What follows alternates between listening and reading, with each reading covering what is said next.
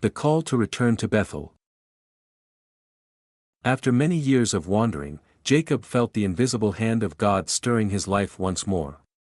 God directed him to rise, to leave the land where fear and old conflicts lingered, and to return to Bethel, the sacred place where heaven had once touched earth through a dream of a ladder reaching the sky. Jacob understood that this journey was not only about moving his family, but about cleansing his household. He gathered everyone together and commanded them to cast away the foreign gods they carried, to wash themselves, and to change their garments. Hidden idols, silent witnesses of divided hearts, were buried beneath a great tree near Shechem, swallowed by the earth and left behind forever. As Jacob set out, a strange and powerful fear fell upon the surrounding cities.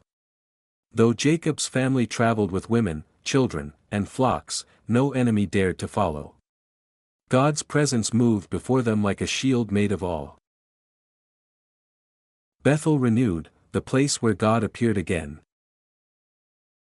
When Jacob reached Bethel, he built an altar and named the place El Bethel, honoring the God who had revealed himself there in the days of Jacob's flight from his brother. The land seemed to remember the sacred moment, and the air felt heavy with divine memory. Deborah, the nurse who had once cared for Jacob's mother Rebekah, died there and was buried beneath an oak tree. Her passing marked the quiet end of an older generation, a fading echo of the past. Then God appeared to Jacob again. He blessed him and reaffirmed his new name, Israel, the one who struggled with God and prevailed. God declared that nations and kings would come from him, and that the land promised to Abraham and Isaac would belong to his descendants. Once more, Jacob erected a pillar of stone, poured out a drink offering, and consecrated the place. Bethel shone again as a meeting point between heaven and earth. Rachel's last journey and the birth of Benjamin. As the family continued their journey, tragedy and hope intertwined like roots beneath the soil. Rachel, whom Jacob loved deeply, went into hard labor on the road near Ephrath. Her suffering was great, and her strength faded as life slipped away from her.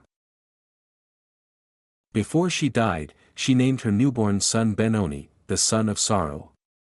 But Jacob, refusing to let grief define the child's future, renamed him Benjamin, the son of the right hand, a name of strength and honor.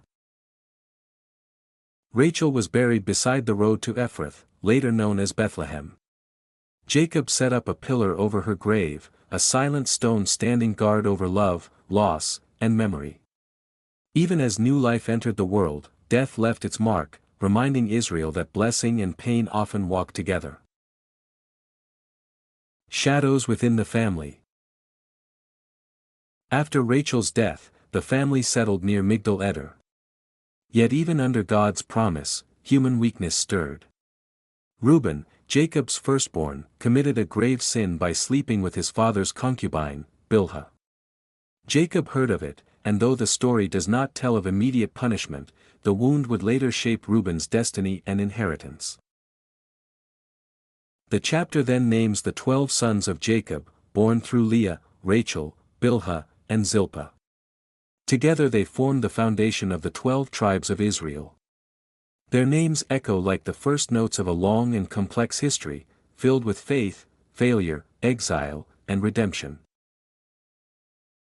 The death of Isaac and the passing of an era. Jacob eventually returned to his father Isaac in Mamre, near Kiriath Arba, also called Hebron. There, Isaac lived to an old age, long enough to see his sons reconciled and his grandson's family established. When Isaac died, Esau and Jacob buried him together. The brothers, once divided by deception and hatred, stood side by side in grief. With Isaac's death, the age of the patriarchs began to shift, passing its weight fully onto Jacob, now Israel. Explanation and lessons from Genesis 35. Genesis 35 is a chapter of return, renewal, and transition. It shows that God's promises do not fade with time, but often call people back to earlier moments of faith. Jacob's return to Bethel represents a spiritual homecoming, where unfinished vows are fulfilled and divided loyalties are buried. The removal of idols teaches that true renewal requires letting go of hidden attachments that compete with God. The chapter also reveals that God's blessing does not remove sorrow from human life. Rachel's death during childbirth shows that even those deeply loved by God are not spared from loss. Yet hope continues through Benjamin, reminding readers that new beginnings can rise from the ashes of grief.